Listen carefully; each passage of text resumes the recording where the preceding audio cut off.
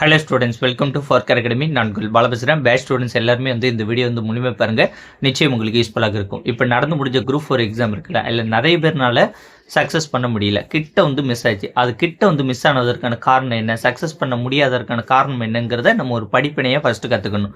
என்ன ரீசன் பார்த்தீங்கன்னா, first time management. Time பத்தலைன்ட்டு நிறைய பேர் சொல்லியிருந்தாங்க. ஸோ டைம் மேனேஜ்மெண்ட் அப்படிங்கிறது ரொம்ப முக்கியமான ஒரு விஷயம். செகண்ட் பார்த்தீங்கன்னா கேர்லெஸ் மிஸ்டேக். நான் ஏன்னு நினச்சேன், ஆனால் தப்பாக பிஏ ஓஎம்ஆர் ஷீட்டில் குறிச்சிட்டேன். கேர்லெஸ் மிஸ்டேக் அல்லது நிறைய கேர்லெஸ் மிஸ்டேக்கில் நிறைய டைப் இருக்குது. அதில் ஒரு கேர்லெஸ் மிஸ்டேக். அடுத்து பார்த்தீங்கன்னா தெரியாத கொஸ்டின்ஸ்க்கு போட்ட நான் எல்லா ஆன்சருமே தப்பு. ஸோ என்னால் தெரியாத கொஸ்டின்ஸ்க்கு ஆன்சரே பண்ண முடியல அப்படின்ட்டு இந்த 3 ரீசன் தான். Time management, careless mistake, unknown கொஸ்டினுக்கு ராங் ஆன்சர் பண்ணுது. இந்த மூணு விஷயம் தான், இந்த 3 மிஸ்டேக் தான் பார்த்தீங்கன்னா எல்லா காம்படிட்டிவ் எக்ஸாமில் நடக்கும். நீங்கள் குரூப் 4 எழுதினாலும் சரி, குரூப் 2 எழுதினாலும் சரி, குரூப் 1 எழுதினாலும் சரி, எத்தனை டைம் எழுதினாலும் சரி, இது நடப்பதற்கான வாய்ப்புகள் அதிகமாக இருக்குது. இதை நீங்கள் படிக்கக்கூடிய இந்த பேட்சிலே எப்படி கரெக்ட் பண்ணுறதுங்கிறது தான் நம்ம இந்த பேட்ச் போட்டிருக்கோம். ஓகேவா? அது எப்படிலாம் கரெக்ட் பண்ணலாம் அப்படிங்கிறது நான் உங்களுக்கு இந்த வீடியோவில் டீட்டெயிலில் சொல்கிறேன். இந்த 3 பிரச்சனையும் நீங்கள் கரெக்ட் பண்ணிட்டீங்கன்னா உங்களுக்கு ப்ரெஷர் பெருசாக இருக்காது. நீங்கள் ஈஸியாக சக்ஸஸ் பண்ண முடியும். ஓகே, நம்ம குரூப் 2 குரூப் 3ல 100% ஃபிலிம்ஸ் பாஸ் பண்ணுறோம். அதற்கு இந்த 3 பிரச்சனை எப்படி தீர்ப்பது அப்படிங்கிறத பற்றியும் டீட்டெயில்டாக இந்த வீடியோவில் பார்ப்போம். ஃபஸ்ட்டு பார்த்தீங்கன்னா, உங்களுக்கு நான் கொஸ்டின் பேப்பர் அப்படிங்கிறது நான் சொன்ன டேட்டில் காலையில் 9 மணிக்கு கொஸ்டின் பேப்பர் சென்ட் பண்ணிடுவேன். கொஸ்டின் பேப்பர் வந்தோடனே நீங்கள் அதை பிரிண்ட் அவுட் போட்டுக்கோங்க. பிரிண்ட் அவுட் போட்டு டெஸ்ட் எழுதுவதற்கான பழக்கத்தை கொண்டு வாங்க. ஓகேவா?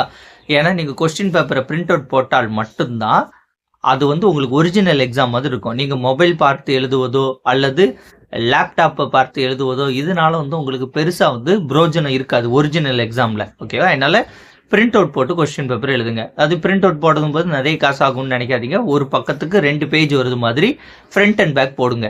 அப்படி போடும்போது உங்களுக்கு பிரிண்ட்டுக்கான காஸ்ட் கொஞ்சம் குறையும். ஓகேவா? இந்த மாதிரி ட்ரை பண்ணுங்க. எஜுகேஷனுக்கு அப்படிங்கும்போது கொஞ்சம் செலவு பண்ணி தான் ஆகணும். அதனால பிரிண்ட் போடுங்க. ஓஎம்ஆர் ஷீட் அப்படிங்கிறத நான் உங்களுக்கு ஃபஸ்ட்டே குரூப்பில் கொடுத்துருவேன். அதை பார்த்தீங்கன்னா ஒரு 25 ஓஎம்ஆர் கொஸ்டின்ஸ் ஓஎம்ஆர் ஷீட்டை பிரிண்ட் அவுட் போட்டு வச்சுக்கோங்க. ஏன்னா ஓஎம்ஆர் நமக்கு 25 டெஸ்ட் இருக்குது. அதனால் 25 ஷீட் போட்டு வச்சுக்கோங்க. ஓஎம்ஆரில் நிறைய இன்ஸ்ட்ரக்ஷன் இருக்கும். அதெல்லாம் எப்படி பண்ணணுன்ட்டு ஒரு வீடியோ உண்டு. அந்த வீடியோ நான் உங்களுக்கு அனுப்பியிருந்தேன். ஓகேவா? இது ஓஎம்ஆர் ஷீட்டில் கால்குலேஷன் எப்படி பண்ணுறது, ரிஜிஸ்டர் நம்பர், புக்லெட் நம்பர் அப்படின்ட்டு எல்லா விதமாக இருக்கும். அதை நான் உங்களுக்கு ஒரு வீடியோ குரூப்பில் சென்ட் பண்ணியிருந்தேன். ஓஎம்ஆரை எப்படி ஃபில் பண்ணுங்கிறத அந்த வீடியோ பார்த்து கற்றுக்கோங்க. ஓகே, இப்போ பார்த்தீங்கன்னா நம்ம கொஸ்டின் பேப்பரை பிரிண்ட் அவுட் போட்டாச்சு. ஓஎம்ஆர் ஷீட்டையும் பிரிண்ட் போட்டு எடுத்து வச்சாச்சு. எடுத்து ஒரு டேபிள் ஆர் உட்காந்து ஏதாவது ஒரு ப்ராப்பராக ஒரு இடத்துல உட்காந்துக்கோங்க. ஓகே, உட்காந்துக்கிட்டு கண்டினியூஸாக டெஸ்ட் அட்டன் பண்ணுங்கள். கண்டினியூஸாக எப்படி ஒரு நீங்கள் அதே மாதிரி இங்கே நீங்கள் டைம் மேனேஜ்மெண்ட்டை மேனேஜ் பண்ணுவதற்கு இங்கே நீங்கள் டெஸ்ட்டு தமிழ் 40 நிமிஷம், மேக்ஸ் 40 நிமிஷம், ஜிஎஸ் பார்த்தீங்கன்னா 1 மணி நேரம், 40 பார்த்தீங்கன்னா 1 hour 20 minutes வரும். ஜிஎஸ் 1 மணி நேரம் அப்படிங்கும்போது 2 மணி நேரம் 20 நிமிஷம் வரும். 10 நிமிஷம் பார்த்தீங்கன்னா ஓஎம்ஆர் கால்குலேஷன், புக்லெட் நம்பரை எழுதுறது, ஏ எத்தனை, பி எத்தனை, சி எத்தனை, டி எத்தனை, இ எத்தனை அப்படின்ட்டு கால்குலேஷன் போட்டு சைன் போடுவதற்கு அந்த ஒரு 10 minutes. ஓகேவா? அப்போ 2.5 மணி நேரத்தில் இங்கே நீங்கள் முடிக்கணும். நீங்கள் இங்கே 2.5 மணி நேரத்தில் முடிச்சு ப்ராக்டிஸ் பண்ணால்தான் நீங்கள் அங்கே போயிட்டு பார்த்தீங்கன்னா உங்களுக்கு 3 மணி நேரம் கரெக்டாக இருக்கும். இங்கே நம்ம 3 மணி நேரத்தில் ப்ராக்டிஸ் பண்ணால் அங்கே 3.5 மணி நேரம் தேவைப்படுமா இருக்கும். அதனால தான் இங்கே 3 மணி நேரத்தை முடிங்க அப்படின்ட்டு சொல்கிறேன். அப்போ தமிழுக்கு 40 நிமிஷம், மேக்ஸுக்கு 40 நிமிஷம், ஜிஎஸ்க்கு 1 மணி நேரம், ஓஎம்ஆர் ஷீட்டை ஃபில்லிங் பண்ணுவதற்கு ஒரு 10 minutes. 2.5 மணி நேரத்தில் இங்கே உள்ள டெஸ்ட்டை நீங்கள் முடிக்கணும். கண்டினியூஸாக எழுதணும்.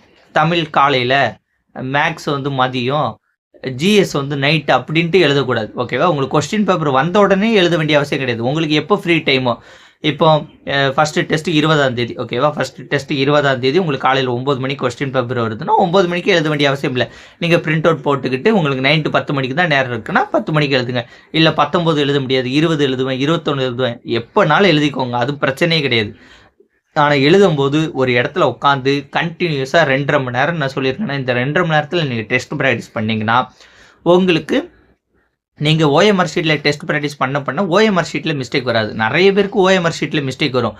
சார் டபுள் ஷேடிங் பண்ணிட்டேன், சார் கொஸ்டின் புக்லெட் நம்பரை தப்பாக போட்டுட்டேன், கால்குலேஷனில் தப்பு பண்ணிட்டேன் அப்படின்ட்டு இதெல்லாம் சொல்வதற்கு காரணம் ஓஎம்ஆர் ஷீட்டை வந்து நிறைய ப்ராக்டிஸ் பண்ணியிருக்க மாட்டாங்க. ஸோ ஓஎம்ஆர் ஷீட்டை வந்து ப்ராக்டிஸ் வந்து இங்கேயே நம்ம பண்ணும்போது ஓஎம்ஆர் ஷீட்டோடைய இதை வந்து நம்ம தவிர்த்துருந்தோம், அந்த மிஸ்டேக் வந்து தவிர்க்கிறோம்.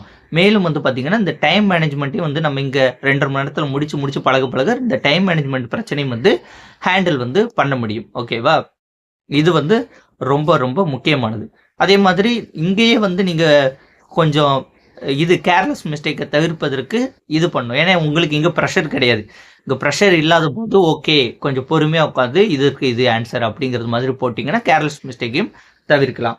ஓகே, அடுத்தது கொஸ்டின் பேப்பரை வந்து அனலிசிஸ் வந்து பண்ணுங்கள். கொஸ்டின் இப்போ நீங்கள் டெஸ்ட் எழுதிட்டீங்கப்பா, கொஸ்டின் பேப்பர் பிரிண்ட் அவுட் போட்டாச்சு, ஓஎம்ஆர் ஷீட்டை பிரிண்ட் அவுட் போட்டாச்சு, டெஸ்ட்டு வந்து எழுதி முடிச்சிட்டிங்க, ஓஎம்ஆர் ஷீட்லாம் ஃபில் பண்ணி முடிச்சிட்டிங்க, உங்களுக்கு ஆன்சர் கீ வருது. ஆன்சர் கீ வந்து உங்களுக்கு பிடிஎஃபாக வந்துடும். ஓகேவா? ஆன்சர் கீயை பார்த்து உங்களுக்கு எத்தனை கொஸ்டின் கரெக்ட் ஓகேவா அப்படிங்கிறத செக் பண்ணுறீங்க. இப்போ 200க்கு ஒரு 170 கொஸ்டின் கரெக்ட் அப்படின்ட்டு வச்சுக்கோங்களேன். 30 கொஸ்டின் ஏன் தப்பு அப்படிங்கிறத அனலைசிஸ் பண்ணும். அனலைசிஸ் அப்படிங்கிறது எப்படி பண்ணணும்னா 100% நீங்கள் எத்தனை கொஸ்டின் கரெக்ட் ஓகேவா. 100%னா எப்படின்னா நான் பின்னு நினச்சேன் ஆனால் சும்மா பி போட்டேன் கரெக்ட் ஆகிட்டு, ஃப்ளூக்கில் ஏஆர் 100% கரெக்டாக இருக்கணும்.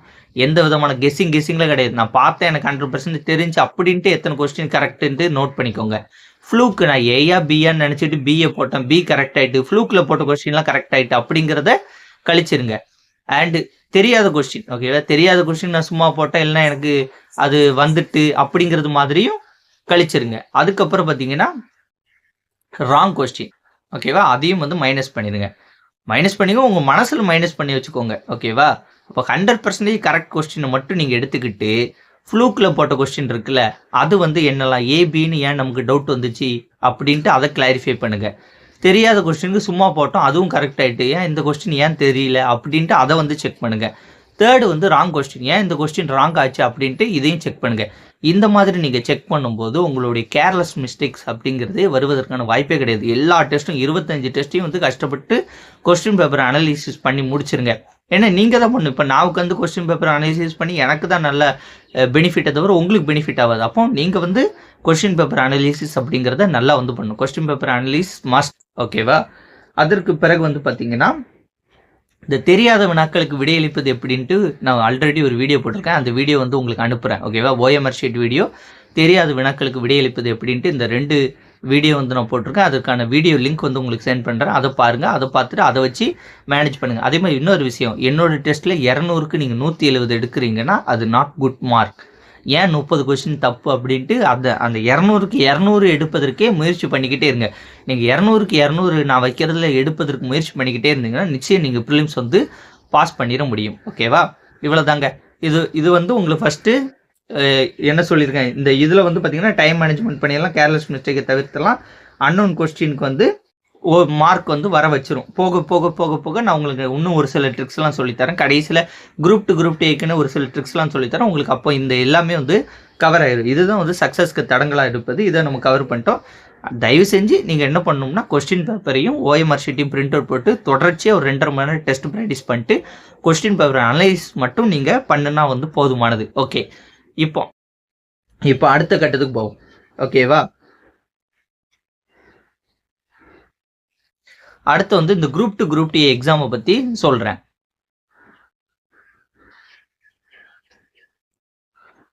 ஓகே, இப்போ இந்த group two group D exam இருக்குல்ல, இல்லை மொத்தம் 200 கொஸ்டின், தமிழில் 100 கொஸ்டின், ஜிஎஸ்ல ஓகே ஜிஎஸ்ல வந்து 25 கொஸ்டின், மேக்ஸ் இது ஓகே தமிழில் வந்து பார்த்தீங்கன்னா 100 கொஸ்டின், மேக்ஸில் வந்து 25 கொஸ்டின், ஜிஎஸ்ல 75 கொஸ்டின், மொத்தம் 200 கொஸ்டின். இப்போ நம்மளோட டார்கெட் வந்து பார்த்தீங்கன்னா தமிழ் மேக்ஸ் சேர்ந்து 125 கொஸ்டின் கேட்குறாங்க. நம்மளோட டார்கெட் தமிழ் மேக்ஸ் சேர்த்து 125க்கு 125 எடுக்கணும். இதுதான் டார்கெட்டு.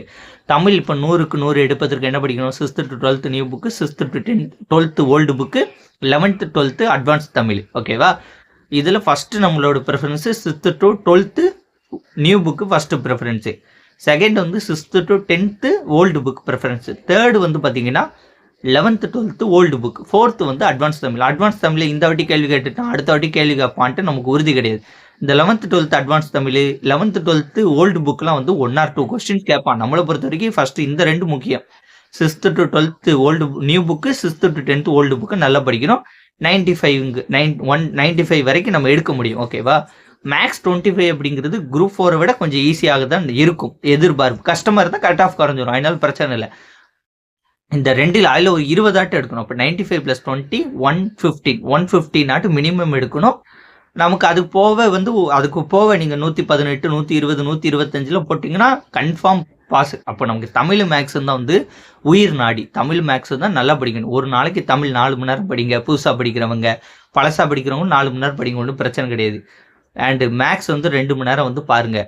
ஜிஎஸ்க்கு வந்து ஒரு நாளைக்கு 2 மணி நேரம் இல்லைன்னா 3 மணி நேரம் வந்து ஒதுக்குனால் போதுமானது. ஜிஎஸ் வந்து ரொம்ப படித்து கொண்டு இருக்காதீர்கள். ஏன் நான் சொல்கிறேன் பாருங்கள், ஜிஎஸ்ல வந்து மொத்தம் 75 கொஸ்டின்னா 75 கொஸ்டினில் ஒரு 10 கொஸ்டின் கரண்ட் அவர் ஸ்டாட்டிக் ஜிகே எப்படின்னு கேட்டுருவாங்க. அப்போ 10 விட்டுருங்க. அப்போ 65 கொஸ்டின். 65 கொஸ்டினில் புக்கில் இருந்து 30 கொஸ்டின் தான் கேட்பான். அவுட் ஆஃப் புக் வந்து ஒரு 35 கொஸ்டின் கேட்பான். புக்கில் இருந்து கேட்கக்கூடிய இந்த 30 கொஸ்டினுக்கு நம்ம படிக்க வேண்டியது 11th 12th உள்ள, ஓகேவா, 11th 12th உள்ள பாலிட்டி, ஹிஸ்ட்ரி, எக்கனாமிக்ஸ், ஓகேவா, 6 புக் வந்து நம்ம இதற்கு படிக்க வேண்டியது. இது போக 10th சோசியல் சயின்ஸ் புக் படிக்க வேண்டியிருக்கும், 7 புக்கு. ஓகே, இது போக அங்கங்கே கொஞ்சம் கொஞ்சம் வந்து படிப்போமா. அப்போ இவ்வளோ படித்து நமக்கு ஜிஎஸ்ல வந்து எத்தனை 30ன்னா நம்ம படித்ததுலேயே 30 அவன் கேட்க மாட்டான்ல. அப்போ நம்மளால இந்த 30க்கு 20 தான் வந்து எடுக்க முடியும். ஓகே, இவ்வளோதான். இந்த 30க்கு 20 எடுப்பதற்கு நீங்கள் எவ்வளோ நேரம் செலவு பண்ணணுங்கிறத பார்த்துக்கோங்க. ஓகேவா? அதுக்கு போட்டு நம்ம ரொம்ப மெனக்கெட்டுக்கிட்டு இருக்கக்கூடாது. ஓரளவுக்கு ஓகே இதில் என்ன கண்டென்ட், ரீடு தான், ஜஸ்ட் ரீடு. ஓகே, இதில் இதை சொல்லியிருக்கானா, இதில் இதை சொல்லியிருக்கானா அப்படின்ட்டு ஓரளவுக்கு ரீட் பண்ணி வச்சுக்கணுமே தவிர அதை மனப்பாடம் பண்ணணுன்ட்டு முயற்சி பண்ணக்கூடாது. தமிழ் மேக்ஸ் தான் நம்ம உயிர். அதில் 125க்கு 125 எடுப்பதற்கே போராடுங்க. ஜிஎஸ்லாம் வந்து பார்த்தீங்கன்னா புக்கிலேருந்து 20 கேள்வி தான் கேட்க போகிறான். இந்த 20 கேள்விக்கு 30 கேள்வி கேட்பா நம்மளால 20 தான் எடுக்க முடியும்னு வச்சுக்கோங்க. அந்த 20 தூக்கி வைங்க. 115 20 எவ்வளவு, 125 35. நமக்கு அந்த இது இருக்குது தெரியுமா, கரண்ட் அவர்ஸ் ஒரு 10 கேள்வி, அதில் 5 போட்டுடலாம். நான் கரண்ட் அவர்ஸ் தான் கொடுத்துருவேன், என்னால் அதில் 5 போட்டுடலாம். அப்போ 140. இப்போ நமக்கு இங்கே ஒரு 35 கொஸ்டின் வந்து இருக்குது அவுட் ஆஃப் புக்கில். இந்த அவுட் ஆஃப் புக் கண்டென்ட்டு நம்ம கொஞ்சம் நிறைய நான் உங்களுக்கு சொல்லிக் கொடுப்பேன். ஓகேவா? இந்த யூனிட் 9 அப்படின்ட்டு ஒரு சில கொஸ்டின்ஸ்லாம் வந்து சொல்லிக் கொடுப்பேன். அப்போ அதை வச்சு ஒரு 5 கொஸ்டின் போடுங்கன்னு வச்சுக்கோங்க. 145 கொஸ்டின் வந்து போட்டிங்க. மீதி வந்து உங்களுக்கு ஒரு 35 to 35 கொஸ்டின்ஸ் வந்து தெரியாமல் இருக்குன்னு வச்சுக்கோங்களேன். அது இருக்கும். ஓகேவா? 35 கொஸ்டின் தெரியாமல் இருக்குது ஓவராலாக. இப்போ இந்த 35 கொஸ்டினுக்கு தெரியாத வினாக்களுக்கு விடையளிப்பது எப்படின்ட்டு நான் ஒரு வீடியோலாம் சொல்லி கொடுத்துருக்கேன்ல. அந்த ஸ்ட்ராட்டஜி, அந்த ட்ரிக்ஸை வச்சு இதில் ஒரு 15 போட்டுடலாம்.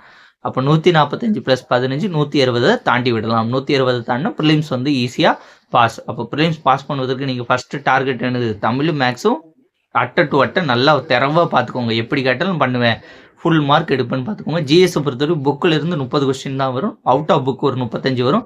அவுட் ஆஃப் புக்கில் வரக்கூடிய அந்த 35 கொஸ்டினில் நம்ம எப்படியுமே பார்த்தீங்கன்னா ஒரு 15 to 15 கொஸ்டின் போடலான்னு வச்சுக்கோங்க. 15 கொஸ்டின் அவுட் ஆஃப் புக்கிலேருந்து போடலாம். எங்கேருந்து வரக்கூடியதில் ஒரு 20 போடலான்னு வைங்களேன்.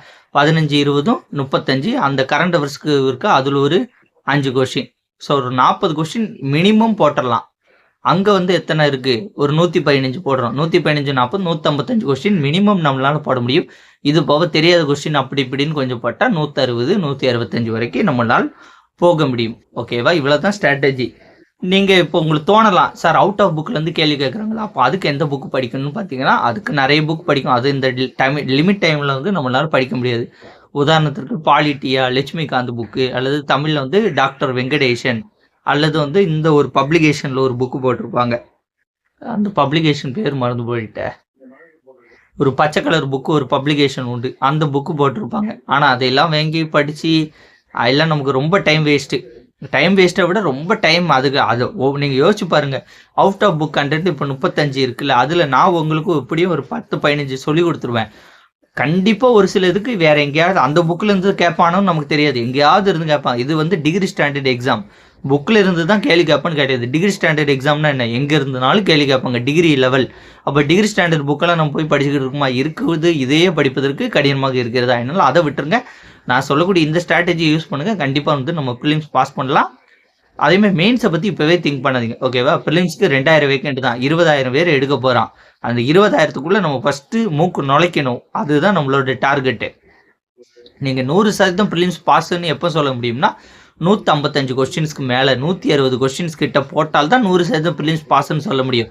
150 கொஸ்டின் போட்டிருந்தீங்கன்னு நினச்சிக்கோங்களேன், ரிசல்ட் வருவதற்கு வெயிட் பண்ணணும். ரிசல்ட் வந்த பிறகு 3 மாசத்துல எக்ஸாம் இருக்கும். அப்போ அது சரிப்பட்டு வராது. அதே மாதிரி ஓகேவா? அவ்வளோதான். அதனால இப்பவே வந்து மெயின்ஸ் பத்தி திங்க் பண்ணாம பிலிம்ஸ ஃபோக்கஸ் பண்ணுங்க. இல்ல நான் பிலிம்ஸ ஃபுல்லா படிச்சுட்டேன், நான் பிலிம்ஸ் 100% பாஸ் பண்ணுவேன்னா மெயின்ஸ பத்தி திங்க் பண்ணுங்க.